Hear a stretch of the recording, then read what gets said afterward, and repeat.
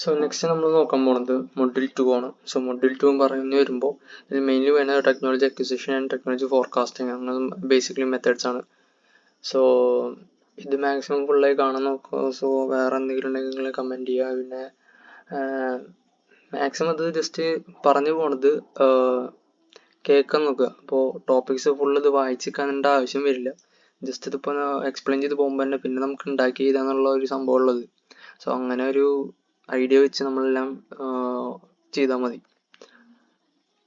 So technology acquisition refers to the process of acquiring new technologies. നമ്മൾ നമ്മളൊരു ബിസിനസ്സിലെ organisation നടത്തുകയാണെങ്കിൽ ഞാൻ വേറെ ഏതെങ്കിലും ടെക്നോളജീസ് എൻ്റെ ഇതിലേക്ക് എടുക്കുന്നതാണ് ടെക്നോളജി അക്വിസിഷൻ. അപ്പോൾ ഇതിൽ ഒന്നെങ്കിൽ എനിക്ക് പുതിയ എക്യുപ്മെൻ്റ് എടുക്കുന്നത്, അല്ലെങ്കിൽ ഞാൻ എന്തെങ്കിലും സോഫ്റ്റ്വെയർ മേടിക്കുക, അല്ലെങ്കിൽ പുതിയ ലൈസൻസ് ചെയ്യാൻ വേണ്ടിയിട്ട് ഒരു ടെക്നോളജി എടുക്കുക, അങ്ങനത്തെ സംഭവങ്ങളാണ് ടെക്നോളജി അക്വിസിഷൻ കൊണ്ട് ഉദ്ദേശിക്കുന്നത്.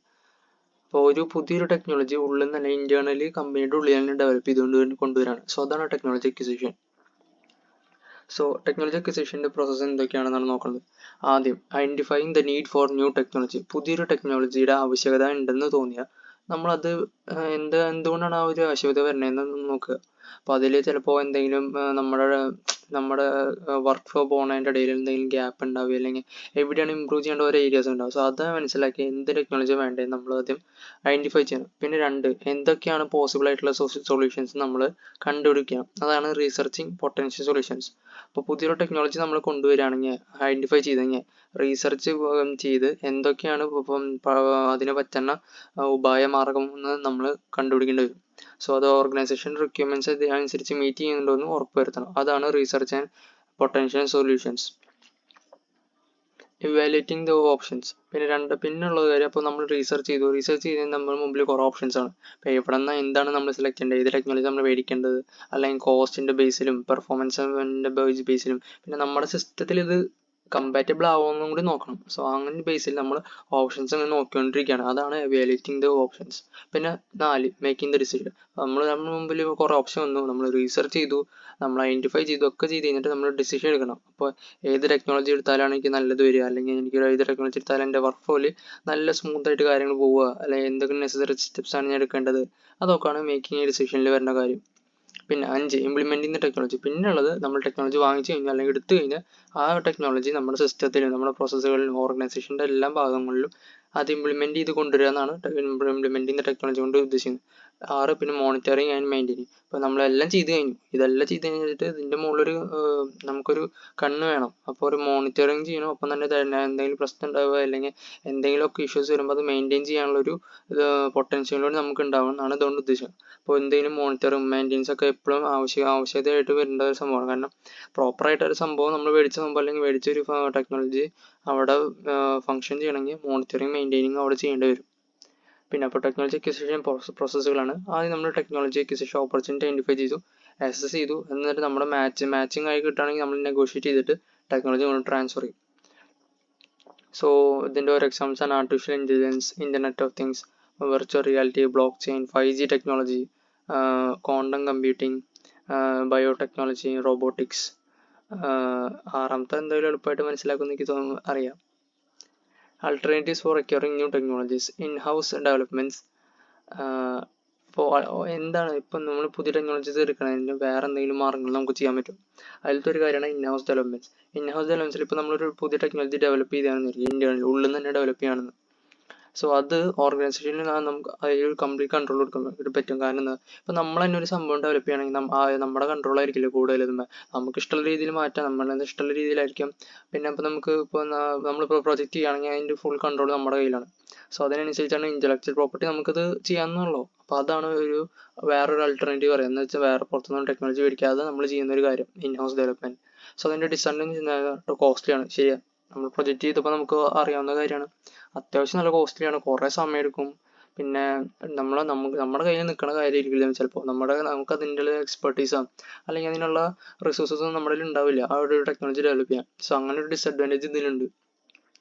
2, ലൈസൻസ് ടെക്നോളജി എന്ന് വെച്ചാൽ വേറൊരു കമ്പനി നമ്മൾ അതിൻ്റെ ലൈസൻസ് എടുക്കുക, അല്ലെങ്കിൽ അതൊരു സംഭവം കോസ്റ്റ് എഫക്റ്റീവ് ആയിട്ട് എടുക്കുകയാണ് പുതിയ ടെക്നോളജി,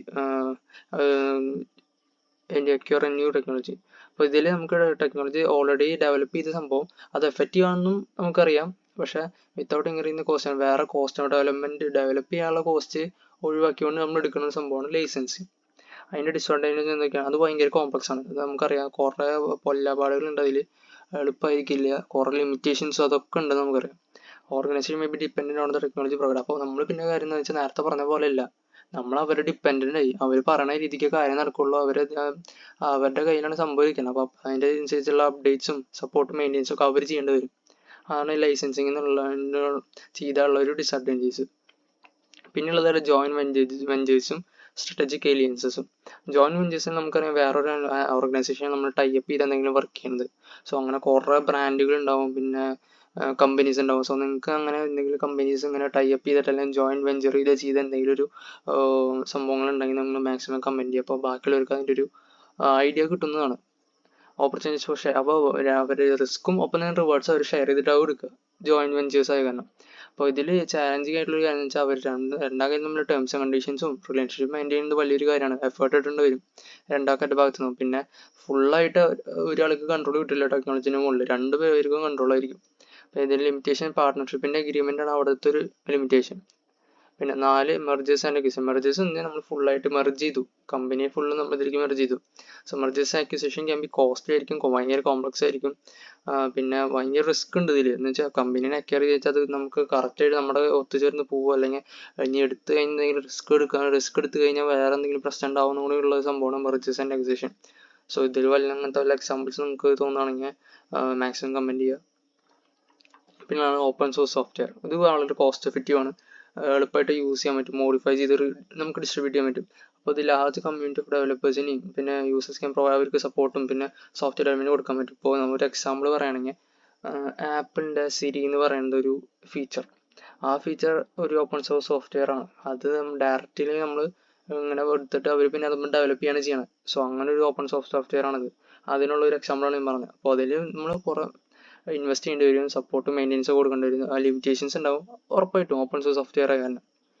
സോ അടുത്തത് മാനേജ്മെൻറ്റ് ഓഫ് സെക്യൂർ ടെക്നോളജി. നമ്മൾ എടുത്ത ടെക്നോളജി എങ്ങനെ നമ്മൾ മാനേജ് ചെയ്യും. കാരണം എടുത്തത് മാത്രം കാര്യമില്ല, നമ്മൾ നല്ല രീതിക്ക് ഇത് പെർഫോം ചെയ്ത് കൊണ്ടുപോയാലാണ് നല്ല രീതിക്കുള്ളൊരു ഓർഗനൈസേഷൻ അല്ല ടെക്നോളജി മുന്നോട്ട് പോകാൻ പറ്റുള്ളൂ. സോ അതിനുള്ള കാര്യങ്ങൾ എന്തൊക്കെയാണ്? First one, due diligence.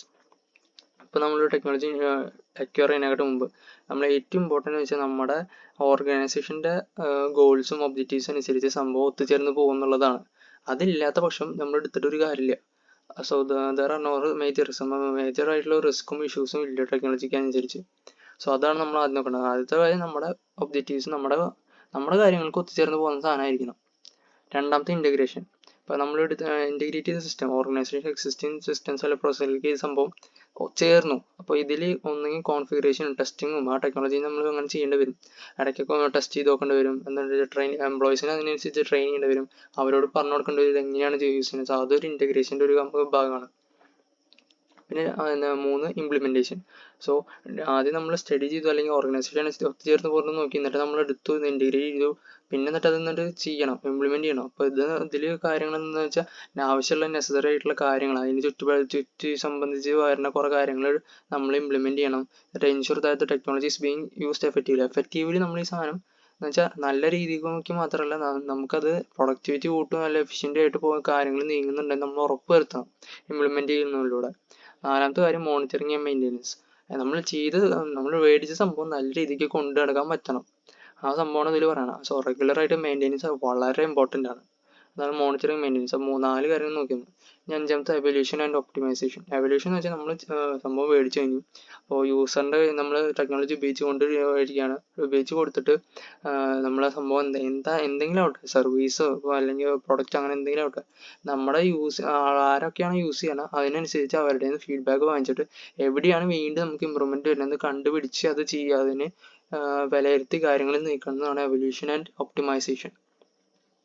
So അടുത്തത് കണ്ടിന്യൂസ് ലേണിംഗ്. എല്ലാം ഇതിലും അത്യാവശ്യമാണ്. ഇത് ഏകദേശം ക്വാളിറ്റി മാനേജ്മെൻ്റ് ആയിട്ട് ഒത്തുചേർന്ന് കൊണ്ടുവന്ന് നമുക്ക് മനസ്സിലാവുന്നതാണ്. ഇപ്പോൾ ഇത് നോക്കുമ്പോൾ തന്നെ ക്വാളിറ്റി ഇതും ഏകദേശം ഒന്ന് മൈൻഡ് ചെയ്ത് ജസ്റ്റ് നമുക്ക് എഴുതാവുന്നുള്ളൂ. ഇത് വളരെ ഇമ്പോർട്ടൻ്റ് ആണ് ഓർഗനൈസേഷൻ. കാരണം എപ്പോഴും നമ്മൾ നമ്മുടെ നോളജ് അപ്ഡേറ്റ് ചെയ്താലും അപ്പോൾ തന്നെ പുതിയ കാര്യങ്ങൾ അറിഞ്ഞാലാണ് നമുക്ക് വീണ്ടും കൂടുതലായിട്ടുള്ള അഡ്വാൻസ്മെൻറ്റും പൊട്ടൻഷ്യലായിട്ടുള്ള വളരെ വലിയ രീതിയിൽ ഇമ്പ്രൂവ് ചെയ്യാനും പറ്റുള്ളൂ. സോ അതാണ് കണ്ടിന്യൂസ് ലേണിംഗ്. അപ്പോൾ നമ്മൾ 6 പോയിന്റ് നോക്കി. സോ അടുത്തതാണ് ടെക്നോളജി ഫോർകാസ്റ്റിംഗ്. എന്താണ് ടെക്നോളജി ഫോർകാസ്റ്റിംഗ്? ടെക്നോളജി ഫോർകാസ്റ്റിംഗ് പറയുന്നത് is A process of predicting the future technology development and trends. ഇപ്പോഴത്തെ കാര്യത്തിനല്ല, ഫ്യൂച്ചറിൽ എന്തായിരിക്കും ട്രെൻഡ് അല്ലെങ്കിൽ എന്തായിരിക്കും ആ സമയത്ത് ഉണ്ടാകുന്ന ഡെവലപ്മെന്റ്. സോ അത് മുൻകൂട്ടി പ്രൊഡിക്റ്റ് ചെയ്താൽ എന്താണ് ഉപകാരം വരിക? ഒരുപക്ഷെ നമുക്ക് പല കാര്യങ്ങളും പലതും ഒട്ടുമിക്ക എല്ലാ കോർപ്പറേറ്റ്സും എല്ലാ രീതിയിലുള്ള ബിസിനസ്സും അവരുടെ കയ്യിൽ നല്ല ടെക്നോളജി ഫോർകാസ്റ്റിംഗ് ഉണ്ടായാൽ മാത്രമാണ് അവർക്ക് പിടിച്ചുക്കാൻ പറ്റുള്ളൂ. സോ അതാണ് നമ്മൾ ടെക്നോളജി ഫോർകാസ്റ്റിംഗ് ആണ് നെക്സ്റ്റ് വീഡിയോസിൽ നോക്കാൻ പോണത്. സോ വേറെ ഒന്നും പറയില്ല. ലൈക്ക് ചെയ്യുക, ഷെയർ ചെയ്യുക, സബ്സ്ക്രൈബ് ചെയ്യാം. സോ അടുത്ത വീഡിയോയ്ക്ക് വെയിറ്റ് ചെയ്തിരിക്കുക.